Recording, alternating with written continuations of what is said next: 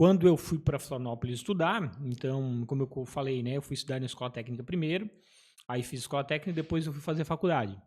Aí eu tô no primeiro semestre da faculdade, eu tinha 21 anos, eu tinha uma namorada que tinha 16 anos, aqui de Imbituba também, e a minha namorada ficou grávida. E aí, um ano depois de eu ter começado a faculdade, nasce a minha filha, a nossa filha, né, a Isadora. É a minha namorada que é minha esposa, né? Naturalmente, estamos casados há quase 30 anos.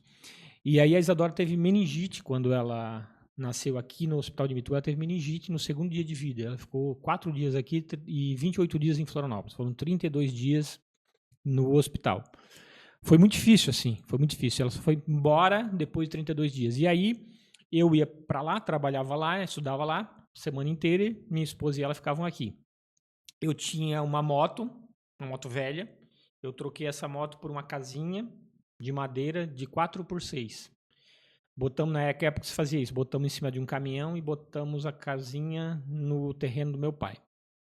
Uma casa de 4x6, sem banheiro. Ali nós moramos um tempo. Só que a Isadora ficava doente o tempo todo e de vez em quando ela tinha que ir para Florianópolis. E a gente resolveu ir morar em Florianópolis. Né? Aí eu saí da pensão e a gente alugou um lugar em Florianópolis. Esse lugar era o porão de uma casa no Morro da Penitenciária, porque era o único lugar que eu conseguia pagar. Eu levei a minha esposa e minha filha pequena, para morar num porão de uma casa, num lugar bem complicado em Florianópolis, né? E a minha filha, logo que chegou lá, teve uma pneumonia muito forte. E foi muito difícil o tratamento da pneumonia dela. A gente passou um aperto danado com ela, pequenininha, com aquela pneumonia. E aquele porão em que eu morava com a minha esposa e a minha filha só tinha uma entrada, obviamente, porque era um porão, fechada com uma grade, porque não tinha como fechar com uma porta, porque senão não ia entrar ar. Mas mesmo assim, mesmo tendo uma grade, que eu me sentia numa cadeia, aquele lugar era extremamente terrível. Então a minha filha teve essa pneumonia por conta de não ter ar lá dentro. Todos os dias mofavam as paredes. Era um lugar horrível, assim. E aquilo me remeteu, depois de um tempo, quando eu entrei em contato com o método Disney, aquilo me remeteu muito a uma situação que aconteceu com o Walt Disney. O Walt Disney criou um personagem chamado Coelho Oswald, uma empresa roubou esse personagem dele, ele ficou na pior, e ele, no pior momento da vida dele, que ele pegava comida no lixo, ele morava num quarto que não tinha banheiro, e tinha um ratinho que de madrugada vinha comer migalhas no chão, e ele, numa viagem de trem, completamente falido, ele relembrou daquele ratinho e resolveu desenhar um personagem inspirado naquele ratinho. E assim nasceu o Mickey Mouse. Então, quando eu lembro, depois, quando eu comecei a lembrar daquela cena do Walt Disney, vendo aquele ratinho naquele quarto sujo, andando, comendo migalhas, eu tive que lembrar do porão em que eu nasci, que eu vivi. Eu logo lembrei do porão onde eu vivi com a minha esposa e a minha filha.